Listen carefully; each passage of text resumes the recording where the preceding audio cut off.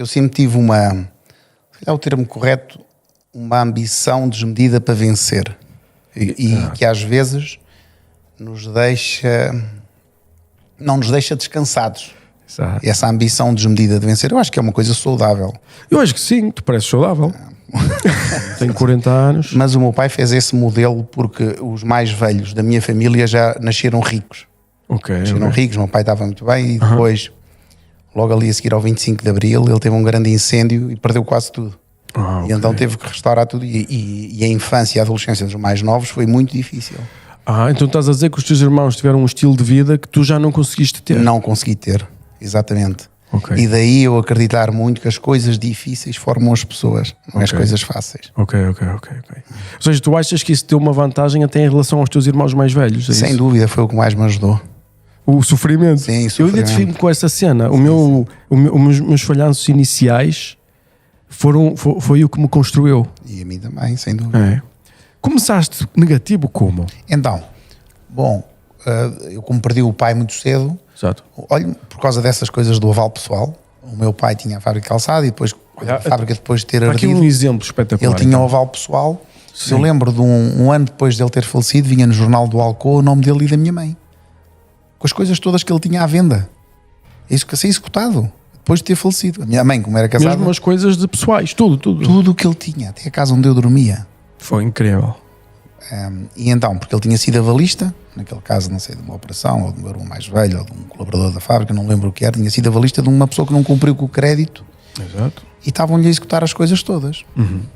E eu lembro-me que era o irmão mais novo, eu era o sétimo, tenho uma irmã, que na altura nem tinha 17 anos ou 16, não me lembro agora, e eu pedi ao meu tio, que é advogado, mandei uma carta lá, um fax para o banco a dizer que queria pagar, só que meti o cartão de cidadão e a data de nascimento e eles riram-se de mim. Achavam que eu não tinha a capacidade de pagar. Caixa Agrícola de Rio Maior. Ou seja, tu que idade tinhas? O presidente, 18 anos ou 17. Ou seja, mandaste uma carta a dizer quero pagar. Eles devem ter visto a data de nascimento e foram saber que estes gajos estão-se a rir, que este gajo é um atrasado, está para aqui mandar uma carta para o pai não ser executado. Exato. O meu tio advogado ajudou a fazer carta, foi um fax, nem foi uma carta, foi um fax, lá fui mandar ao CTT, nem lembro onde é que mandei o fax. Pus lá os dados de resposta. E depois eles entraram em contacto comigo. Não levaram nada aquilo a sério, riram-se de mim a toda a hora e eu disse, mas como é que é isto? É para fazer ou não? E depois lembro, o engenheiro Soares, depois o advogado daquela do Banco da Caixa Agrícola era o Leandro Coelho e o Paulo Reis era um diretor, ainda me lembro dos nomes todos, mas foi há 20 e tal anos, mais de 25, 26, 27 anos. Eles devem ser vivos, ainda se lembram desta história. Eu disse, eu quero pagar tudo o que o meu pai deve ir nesse banco, mas com uma diferença, que era um haircut que eu pago tudo a pronto. Eu tinha o dinheiro das bicicletas, já ias dizer haircut. Mas tudo o que eu tinha foi o primeiro haircut que eu negociei de vida. Muito bom. Tudo o que eu tinha, Miguel, eu fiquei com zero. Fiquei sem nada. Só para as pessoas saberem o que era haircut. Mas paguei, levantei o nome do meu pai, porque ele era, aliás, alguns dos meus irmãos disseram, isto acontece, é uma insolvência, isto acontece. Mas eu não queria ver o nome do meu pai nos jornais. Não queria. E a minha mãe estava viva e ainda hoje está. Era uma grande humilhação. Eu paguei aquilo tudo. Eu contei isto. Hoje, uma pessoa que eu tenho um carinho enorme, ele disse, essa pessoa de idade, disse-me, mais uma vez eu desabafei isto com uma pessoa, não vou dizer aqui quem é, porque ele nunca me autorizou.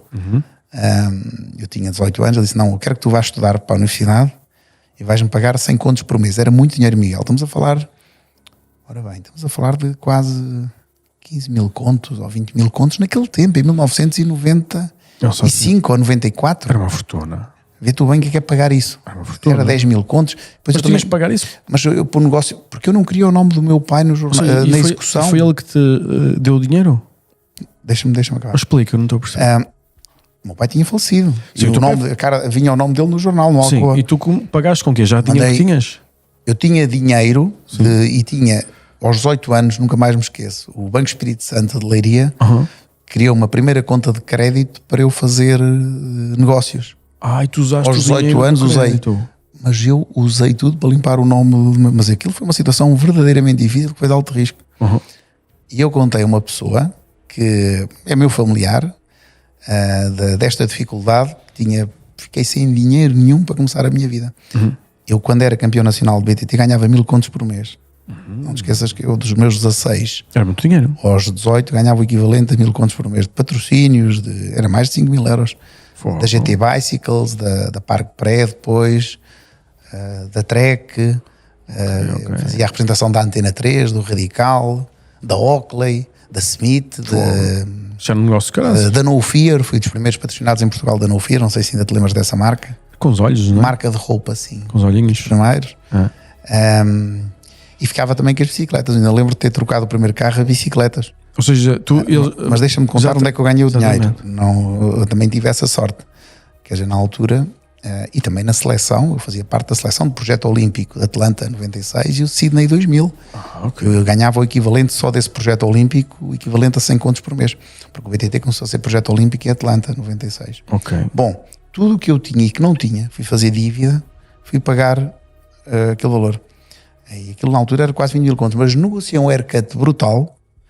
Paguei tudo para pronto, acabei de pagar só. O haircut é tipo, tu dizes eu pago, mas vocês têm que me fazer um desconto. Mas repara, ali não há bluffs. Quando tu dizes que pagas, podia não haver haircut e tinhas que pagar. Mas eles não sabiam.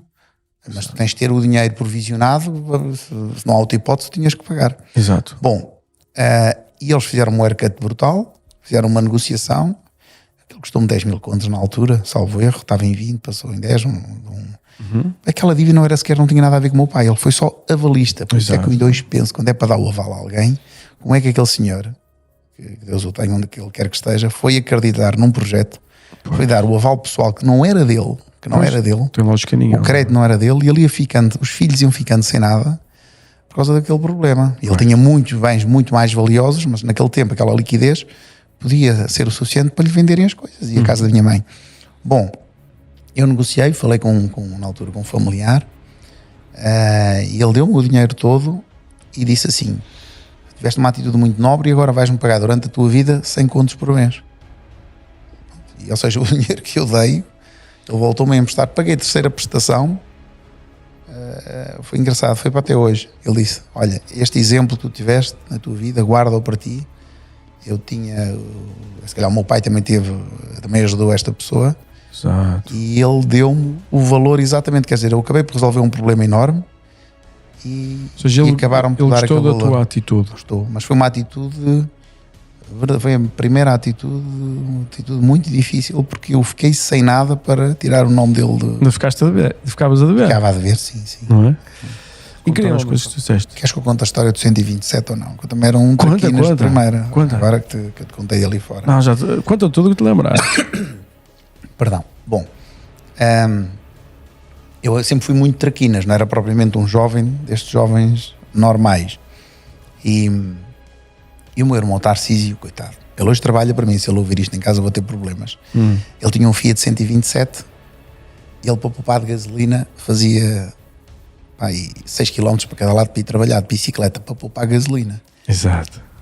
E ele, quando saía de casa, eu tinha aí 16 anos, o meu pai tinha um tipo de uma quinta, e eu ia lá para as traseiras, fugia-lhe com o carro, desligava a ficha de conta quilómetros, a bicha, e lá com o 127 dele. A gastar gasolina? Sim. E ele cada vez andava mais de bicicleta porque o carro estava com problemas, andava a gastar 30 ou 100. Gastava 30 litros ao 100. Fiat 127. Eu desligava a ficha de conta quilómetros, lá ia dar uma voltinha ali para o... E eu penso assim ao mesmo tempo que, quer dizer, os jovens também têm que ser acompanhados, porque às vezes o potencial pode dar para o lado do mal. É verdade. Para ser traquinas, e é importante os pais estarem mais próximos para fazer a supervisão. Exato, encaminhar da coisa. Mas é preciso essa esperteza também.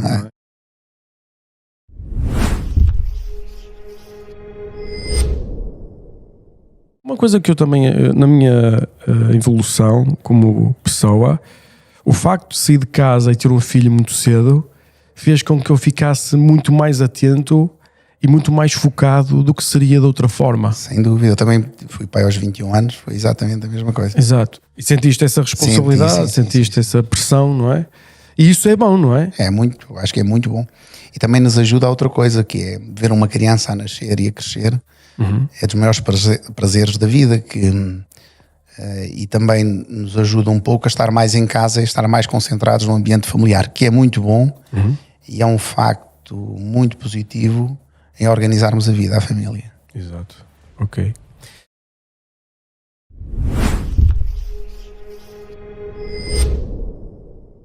Nas empresas e no desporto há o doping. O que é que isso quer dizer? Quer dizer que eu tenho uma enorme honra de ter andado no desporto, nunca tomei qualquer tipo de droga ou de substância de doping. Nós temos que vencer nas empresas, mas é respeitando as regras. Muito bem. Mas há muito doping no negócio das empresas. No sistema. O sistema é muito difícil vencer. Eu diria, para eu conseguir fazer o que fiz hoje, eu fui fora de mão Porto-Lisboa sem bater em carro nenhum. A probabilidade de tu chegares, tu também. Eu sei o que queres dizer. Eu uso uma outra analogia, que é, imagina que estás num concerto e está cheio, e tu tens que chegar à primeira fila. Tens que passar por baixo, pelas pernas de toda a gente, e toda a gente te vai pisar, e tu vais tentar passar, não é? Que é o que tu dizes, não é mesmo? Ou seja, é uma aventura. Conseguir fazer isso foi muito, muito difícil, não é? O princípio, os primeiros, sei lá, 10 anos, 15 anos, custa muito, não é? Eu diria também que há muita sorte à mistura, mas a sorte é o que faz a diferença. Exato. Não, também há aquela sorte no sentido que tu estás exposto à possibilidade de ter sorte, não é? Sim. Ou seja, o que é que eu quero dizer? Quero dizer que se estiveres sentado no sofá em casa, mesmo que tenhas sorte, não te vai acontecer nada de especial. Sem dúvida. Agora, se estiveres a trabalhar com, por exemplo, uma pessoa como tu és, sempre em movimento, sempre a trabalhar, sempre a fazer coisas diferentes, sempre a pensar, claro que a sorte, como eu disse no outro dia, a sorte são como anões a passar. Tu tens que estar no sítio certo e tens de estar atento.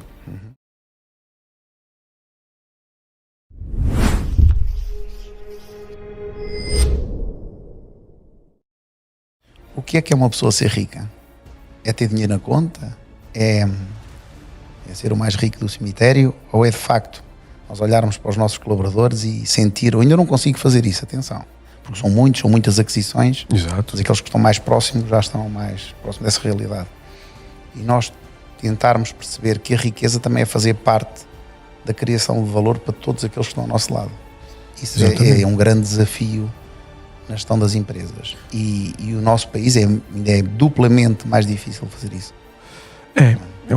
Eu compreendo o que queres dizer. O sistema quase que te empurra na direção contrária. Ou seja, dou um exemplo. Por exemplo, a dificuldade que existe em despedir uma pessoa que é incompetente ou que não quer trabalhar acaba por prejudicar todos os outros funcionários, não é? Sim. Eu percebo o que queres dizer. E acaba até por impedir o aumento mais rápido dos ordenados. Nós nem devíamos ter essas pessoas nas organizações. A questão é essa, é que não deviam sequer... E essas pessoas, se calhar, noutro sítio faziam coisas melhores. Sem dúvida. Não é? Se estivessem no sítio certo. Portanto, tenho assim uma visão dessa. E o que é que vês no futuro? Quais são os teus objetivos, uma pessoa com tanto sucesso como tu? O que é que tu anseias? Olha, eu por acaso não acho que tenho muito sucesso, quer dizer, as outras pessoas podem achar que tem muito sucesso, então, ou seja, então pode ser sucesso, sei lá, Miguel, o que se explicar essa cena. O que é que nos define mais como ser humano? Desculpa, tu chegas aqui de Rolls Royce. Não brincos, digas essas coisas. Não, isso é um clássico, é um carro de clássico. Não, mas tu tens, toda a gente sabe que tens sucesso. Não, deixa-me dizer. O que é que tu anseias mais? O conceito de felicidade da vida, eu acho que é a coisa mais importante que existe. Qual é o nosso grande desafio da vida? É a felicidade. Exato. A felicidade à nossa volta, o contexto. Eu há pouco estive em São Paulo e comecei a olhar, estive numa casa lá de um grande empresário e estava a ver os sistemas de segurança. Eu lembro de ter estado em São Paulo há 10 anos no mesmo local e as grades não eram tão altas e o sistema, e estava um gajo com armas à porta. Okay. Eu comecei a perceber, mas ele está mais rico, mas aquilo está mais desigual, as pessoas estão mais... O risco de crime aumentou. Para.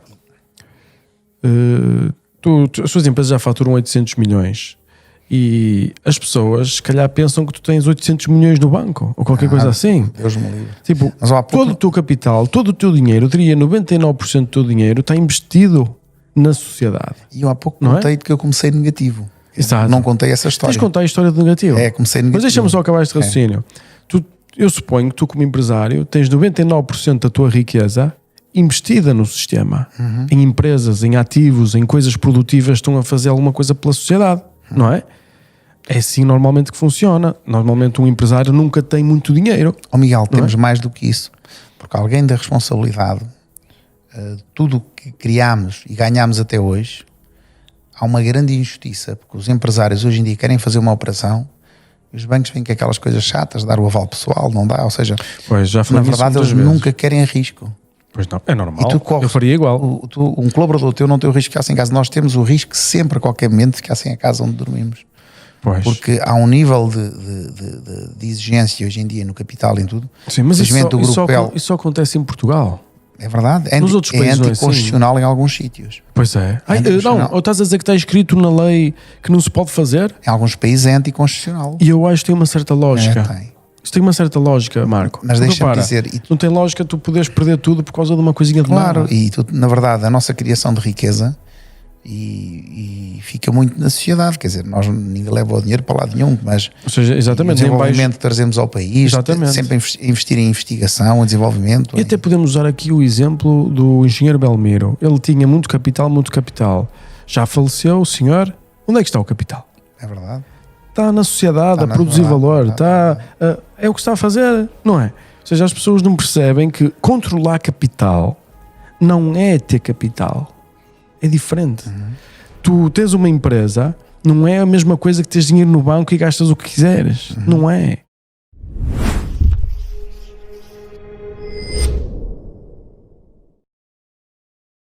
Acho que é uma skill que tu tens que é muito importante. É das mais importantes que existe nas empresas e que tu és muito forte com essa capacidade. Eu não acho que seja tanto. Que é tu realmente consegues criar muita empatia e as pessoas ficam muito ligadas a ti, e consegues criar relações com muita gente. Tu consegues falar com o presidente dos Estados Unidos, não é? Ou seja, que é uma coisa que é Miguel, olha esta mensagem, não sei o quê. Tipo, mas é engraçado, Miguel, gostar das pessoas e perceber que o mundo às vezes é mais simples que o que nós pensamos. Há uma história gira que nós estávamos a fazer uma grande aquisição na Finlândia e os senhores não nos recebiam. Foi na altura do recorde dos que chamavam-nos os PIGs, Portugal, Italy, Greece. Ou seja, tu querias comprar uma empresa, nós queríamos comprar e eles uma não te empresa, recebiam. Eles não nos recebiam sequer, não tínhamos qualquer credibilidade para comprar aquela empresa na Finlândia e olhavam para nós como os mal comportados da Europa e isto, aquilo e aquilo outro. E na altura isto tinha a ver também com um fundo de pensões e um fundo muito respeitado na Finlândia, em Helsínquia. E eu falei com uma pessoa na altura, era o presidente do técnico, o reitor da Universidade de Lisboa, um amigo, quer dizer, foi o António Cruz Serra. Ele disse-me: Marco, não se esqueça de dizer aos finlandeses que nós é que lhe matámos a fome com sardinhas, eles não se esqueçam. Quer dizer, mas ele não recebia, eu consegui uma vez apanhá-lo, esperei e mandei o recado. E mandei o recado das sardinhas e ele, à conta daquela história da humilhação que eu lhes preguei, de não estar a receber um problema de Portugal, quando a Finlândia esteve muito mal, nós mandámos contentores de sardinhas para eles não morrerem à fome. E ele, com respeito, recebeu-me. Eu vim a fazer essa, quer dizer, como é que um pequeno clique de uma conversa onde não havia o quebra-gelo, porque eles não havia credibilidade nenhuma. E nós comprámos a empresa, pagámos. Foi incrível. Depois saí, fiz o... Mas tu tiveste que realmente... Não, foi um pequeno pormenor. Mas tiveste de adaptar, percebes? Adaptar à realidade deles.